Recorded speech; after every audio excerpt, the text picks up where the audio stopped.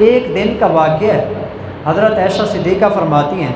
جب حضرت بریرہ کو میں نے آزاد نہیں کیا تھا، ابھی تک باندھی تھی، یہ جو غلام ہوتے ہیں نا یہ صدقے کا مال کھا سکتے ہیں، ان کے لیے صدقہ لینا حلال ہوتا ہے۔ فرماتی ہیں کسی نے نا حضرت بریرہ کو تھوڑا سا گوشت تھا جو صدقے کے طور پر دیا۔ حضرت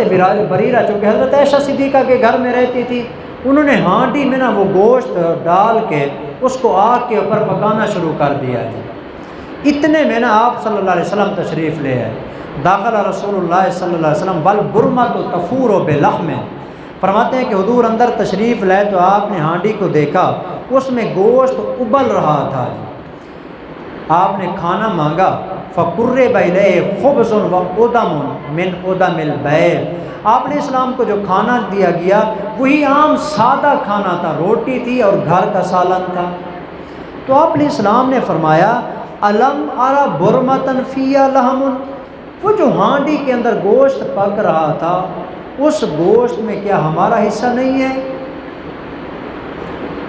آپ اپنے لیے گوشت بنا رہے ہیں اور مجھے ایسے گھر کا سالن اٹھا کے دے دیے، یہ سالن میرے لیے نہیں ہے، یہ گوشت مجھے نہیں دیں گے؟ تو حضرت عائشہ فرماتی ہیں ہم نے بتایا بلا یا رسول اللہ دینے کے لیے تو کیوں نہ دیتے، ولیکن ذالک لحم تصدق بہ علی بریرہ تھا، لیکن یہ وہ گوشت ہے جو کسی نے حضرت بریرہ کو صدقے کے طور پر دی ہے اور حضور صدقہ کھاتے نہیں ہیں، اس لیے حضور ہم نے آپ کو صدقے کا گوشت نہیں دیا، نہیں تو ضرور دیتے۔ تو آپ علیہ الصلوۃ والسلام نے فرمایا کہ ہوا علیہ صدقۃ ولنا ہدیۃ،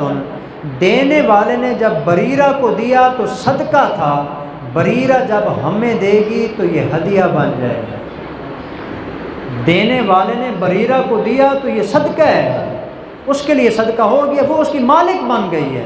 اب آگے اس کی ملکیت میں جس کو چاہے مرضی ہے دے دے گی، لہذا بریرہ اگر ہمیں کھلائے گی نا تو یہ ہمارے لیے ہدیہ ہوگا، ہدیہ تو ہم بھی کھاتے ہیں۔ چنانچہ آپ علیہ السلام کو وہ گوشت دیا گیا اور آپ علیہ السلام نے اس کے ساتھ کھانا تناول فرمایا۔ تو معلوم یہ ہوا کہ جیسے ایک غریب آدمی ہوتا ہے، کسی کو جو ہے نا زکوٰۃ کا پیسہ دے دیتا ہے، صدقے کے پیسے دے دیتا ہے، مالدار زکوٰۃ بھی نہیں لے سکتا، صدقہ بھی نہیں لے سکتا، لیکن غریب کو جس وقت وہ صدقہ اور زکوٰۃ مل گئی، اگر وہ کسی مالدار کی دعوت کر کے اسی صدقے کے مال میں سے اس کو کھلا دیتا ہے وہ کھا سکتا ہے۔ بلکہ ایک عام سادہ سا مسئلہ ہے جی، مثلا ایک آدمی ہے جی، اس کی بہن بہت غریب ہے جی، رمضان المبارک میں جیسے مسلمانوں کی عادت ہے زکوٰۃ دیتے ہیں، زکوٰۃ دی اپنی بہن کو دے دی، بہن نے روزہ افطار کروایا، جس بھائی نے زکوٰۃ دی تھی اس کے پیسوں سے اس کو بھی بلا لیا جی